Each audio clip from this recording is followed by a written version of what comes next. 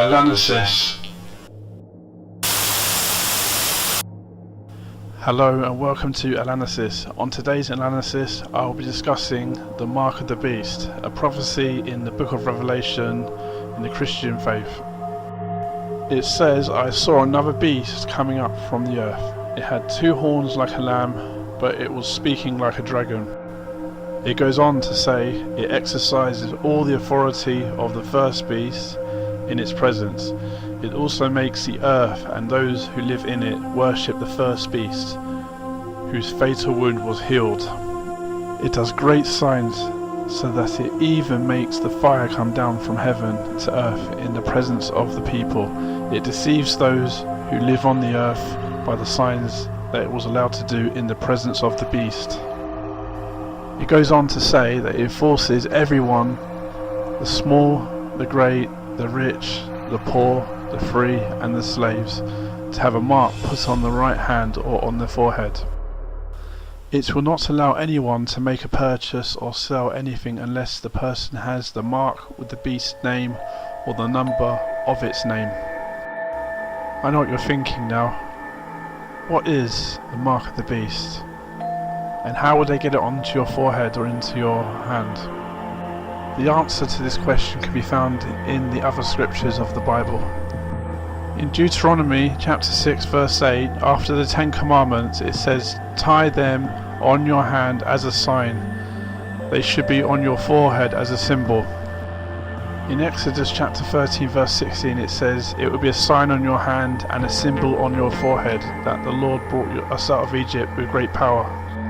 It is saying in the scriptures that when you obey God, you receive an invisible mark on your forehead and on your hand. If you break the 10 commandments or disobey God, then you receive a mark on your forehead or on your hand.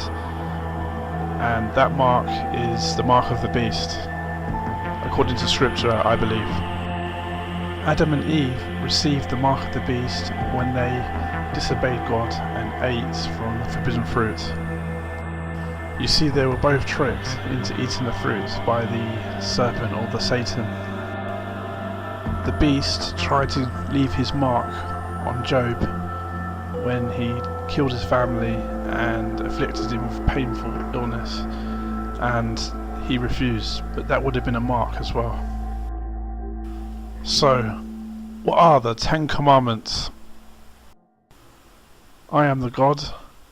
Thou shalt not have any gods before me. Thou shalt not take the name of the Lord in vain.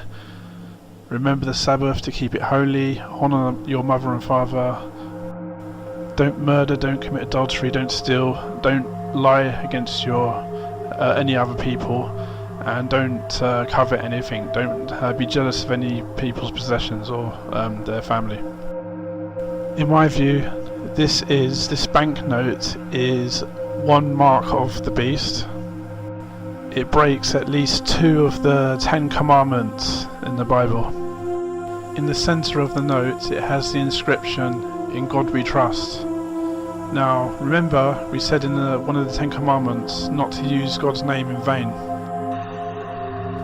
Every person that uses this banknote and doesn't believe in God is breaking the 10 commandment concerning using God's name in vain, because they don't trust in God, but they are saying they do. Let's take another closer look at this banknote. If you look closely at the seal, the image on the side of the banknote, you'll see there's a pyramid there. There is evidence that this is actually the eye of Horus, the Egyptian god. Now, Horus sometimes appears as a man with a falcon's head, and sometimes he appears as an actual falcon. Legend has it that Horus's eyes were removed and they were planted in the ground, and they started growing into grapes coming from lotus flowers, blue grapes. Now look at the falcon Horus and look at the eagle on the dollar bill, and look at the posture. You'll also notice that the seal itself resembles an eye, and it has vines of lotus growing from it, bearing blue grapes. This banknote is certainly breaking at least 2 of the 10 commandments, and possibly more if you check more closely. The banknote has broken 2 of the 10 commandments.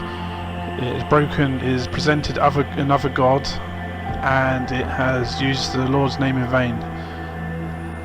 Something much worse is on its way, according to the Bible. We don't know exactly what it is, but it's much worse, and it will put a lot of pressure on people to break the 10 commandments. But it's not a microchip, it is not a tattoo, and it's not a mark that you can see. Thank you for watching this video. I hope you gained some insights, and I hope to see you again. Until next time, goodbye.